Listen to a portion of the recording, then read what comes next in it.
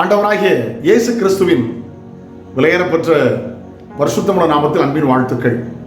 இந்த காலையில் உங்களை சந்திப்பதில் மகிழ்ச்சி அடைந்த நாள் உங்களுக்கு ஆசீர்வாதமாக இருக்கும். ஏதோ போராட்டம் பிரச்சனை உயிருக்கு நேராக குடும்பத்து நேராக வருதா, கவலைப்படாதுங்க. உங்களுக்கு ஒருத்தர் பெரிய திட்டத்தை வச்சிருக்கிறார். ஹல்லேலூயா. எந்த அக்கினியும் போராட்டங்களை சேதப்படுத்த முடியாது. தேவன் உங்களை குறித்து வைத்த திட்டம் நிறைவேறும்.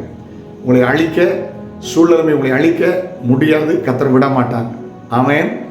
ஹல்லேலூயா. வாசிக்க கேட்கலாம். ஏசாயா 54:13. ஆமென். உன் பிள்ளைகள் எல்லாரும் கர்த்தரால் போதிக்கப்பட்டிருப்பார்கள். பிள்ளைகள் எல்லாரும் கர்த்தரால் போதிக்கப்பட்டிருப்பார்கள். உன் பிள்ளைகளுடைய சமாதானம் பெரிதாயிருக்கும். பிள்ளைகளின் சமாதானம் பெரிதாயிருக்கும். இங்கிலாந்து தேசத்திலே ஒரு கிராமத்தில் வாழ்ந்த ஒரு குடும்பம், ஒரு மாடி கட்டடம், 16 பிள்ளைகள், செல்வ செழிப்பாய் வாழ்ந்தவர்கள். ஒரு நாள் அந்த பகுதி தீப்பிடித்து எரிந்தது. எல்லா பிள்ளைகளும் தூக்கிட்டு வந்துட்டாங்க. தாய் சொல்றாங்க, என் பிள்ளை ஒரு பிள்ளை மாட்டிட்டு என்னால் முடியல. அவன் மேல இருந்து எட்டி பார்க்கிறான். ஜனங்கள் பார்த்து விட்டார்கள். உடனே மனித ஏணி ஏற்படுத்துகிறார்கள். ஒருவர் மேல ஒருவர், ஒருவர் மேல ஒருவர் ஏறி இப்படியோ வீரர் உள்ள போய் அந்த பிள்ளைய பாதுகாத்துட்டாங்க. அம்மா கையில் எடுத்து அந்த பிள்ளைய சொன்னாங்க, இந்த பிள்ளை அக்கினிக்கு தப்பின கொள்ளி. ஹல்லேலூயா. அந்த பிள்ளை யார் தெரியுமா? ஆமென். ஒரு பிரசங்க நட்சத்திரம்.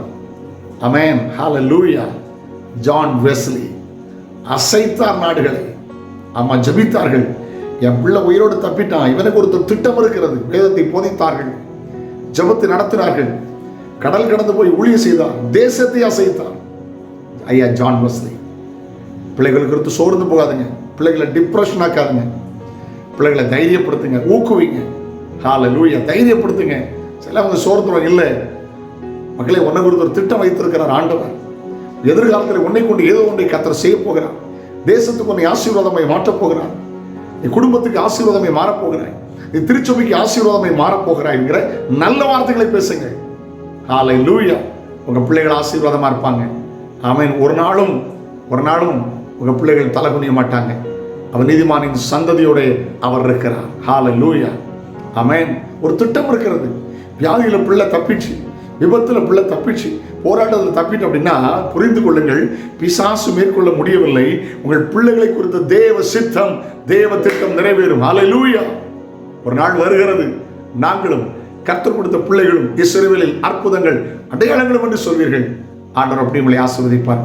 பிள்ளைகளை நல்லா நேசிங்க. பிள்ளைகளுக்காக ஜெபம் பண்ணுங்க. பிள்ளைகளை உருவாக்குங்க. பிள்ளைகளோடு குடும்பமாக கைத்தட்டி பாட்டு பாடி ஆராதிங்க.